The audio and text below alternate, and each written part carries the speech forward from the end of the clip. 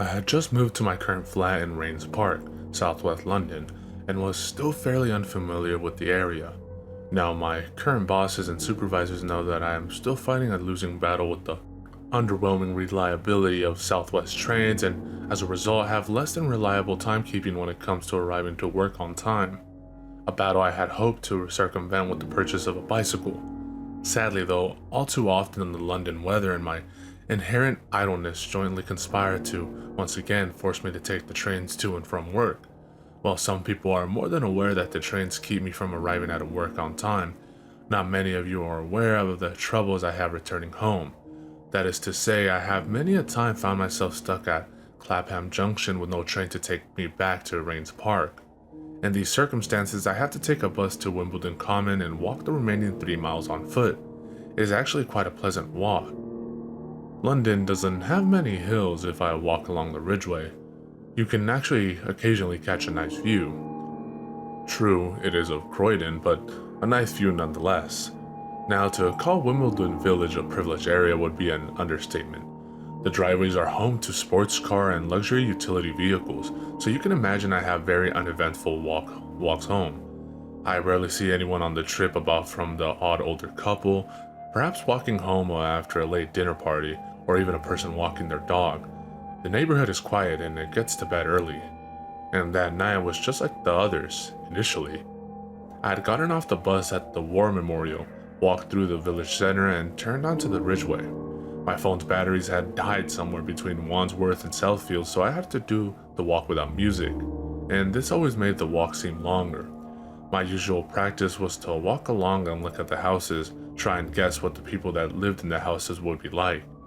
Fast car, business types, SUV and toys still in the front yard, larger family, that kind of thing.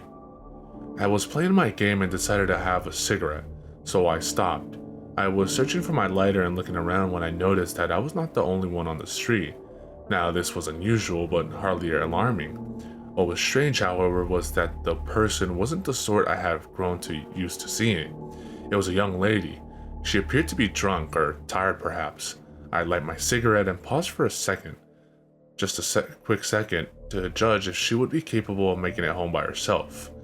Or perhaps maybe she would need me to see if I could call someone for her. It was at this point I realized that she was crying. I started to walk over to her to make sure she was alright. She stopped walking immediately, frozen. I noticed she was in some sort of Halloween costume, a schoolgirl in fact. And as I got closer, I began to realize that she was in fact around the age of 15-16. She was deathly white, her makeup must have been professionally done, or she had spent an incredibly long time preparing it. I began to decide that perhaps her friends had made fun of her costume and she had run off from whatever party she had been at, drunk and upset. I began to start feeling a bit unnerved when I noticed that she was staring directly at me as I approached.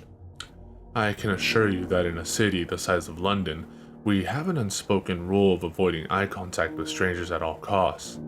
It was at this point I assumed she was under the influence of something other than alcohol, and I decided to be a bit more cautious. I stopped about 4 or 5 feet away and spoke to her. "Are you okay? You seem a little upset. Are you in any sort of trouble?" Nothing from her apart from that stare. "Have you had a little too much to drink? Maybe some smoke?" "Yeah, right. I know hallucinogens when I see them." Still nothing. "Do you need a taxi home? Do you remember where you live?" At this, the girl began to cry again. But this time she was absolutely wailing. I could feel her raw sense of despair. I actually flinched at the sound. It was positively unbearable. She was dancing on the border of hysterics, perhaps even putting one foot along the line to see what would happen. I was stunned. I wanted to console her and run in equal measures. I wanted to comfort her and chastise at the same time. All I managed was a meek, "Why are you crying?" She must have heard me somehow because she began to draw herself back from the edge of what can only be described as a complete breakdown. She was still heaving and sobbing, but once again she brought her eyes to mine and said very softly, "Because you're going to die." Now, I have been unfortunate enough to witness death firsthand on more than one occasion. Suffice it to say, these events had always left me with a lot to think about, and I in fact had come to terms with my own mortality quite early in life. It struck me that perhaps, like too many of us had, This young lady had someone quite close to her die recently. Perhaps she was going through some dark realizations that follow being in the company of death. The same thoughts that can keep children at night and the pews full at churches. I wanted to let her know that everything would be fine and that death was simply a part of life. All I managed, however, was a slight incredulous, "I know." At this, she seemed slightly taken back, almost angry. She responded, "You are going to die, and he is going to kill you." Alarms went off in my head. I began to feel more than a little threatened. I decided right there and then that talking this girl down from whatever bad high she was on was no longer my responsibility. Had not the venerable Hunter S. Thompson himself warned us of the dangers of underestimating the ability of a drug to take control of the person. "Good luck," I said, and with that, turned and began to walk away.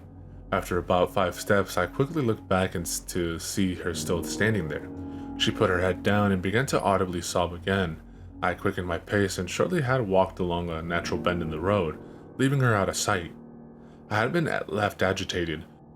I remember putting my headphones back in my ears and trying to listen to music from my phone, only to remember it was out of power still.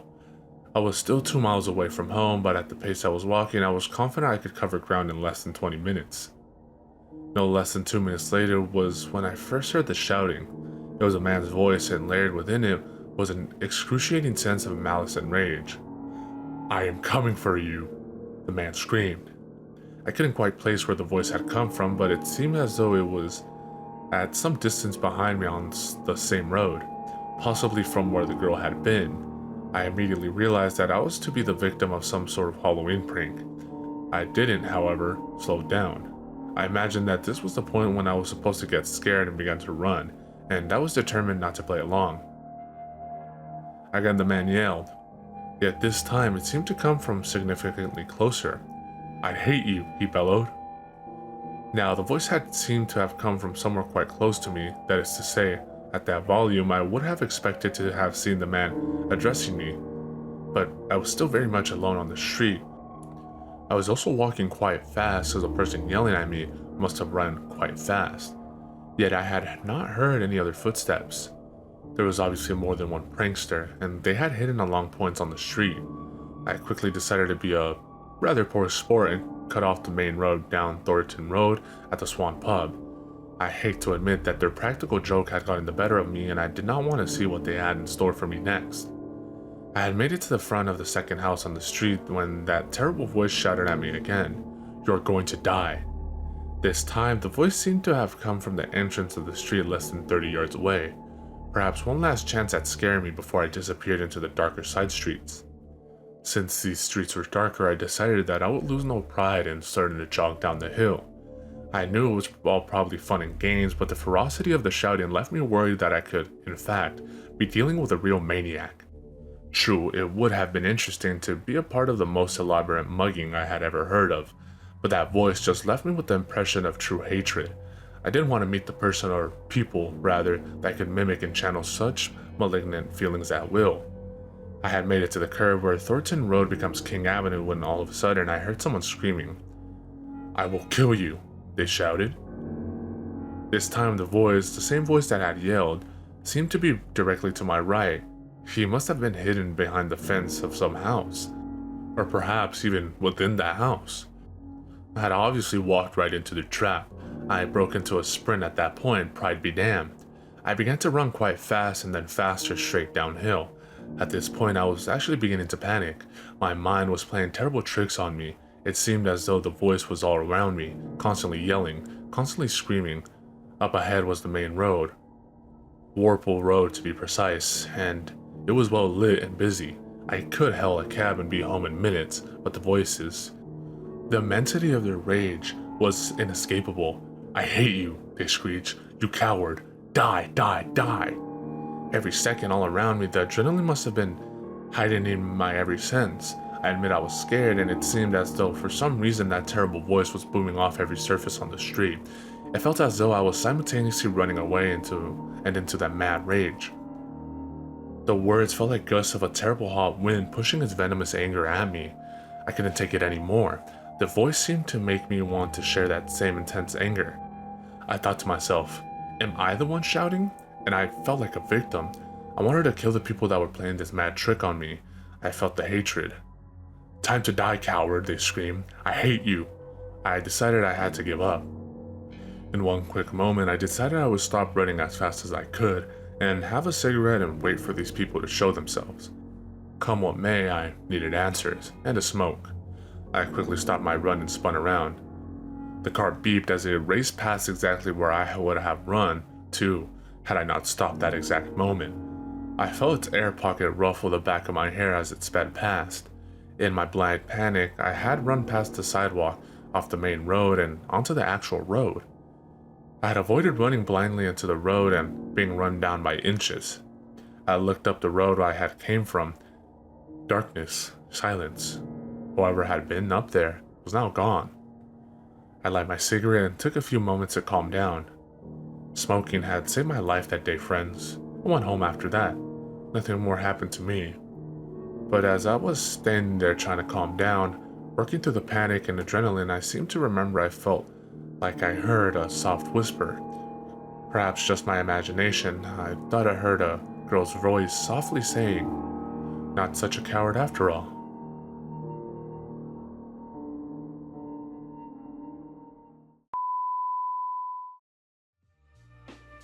Sinister V's, sinister voices.